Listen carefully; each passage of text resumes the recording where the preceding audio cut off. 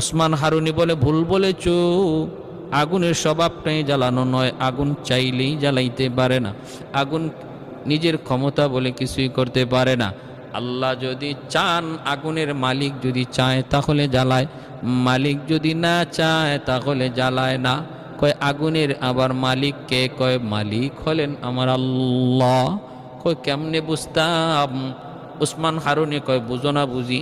ইব্রাহিম খলিলুল্লাহ আগুনে পড়েছিলেন 40 দিন।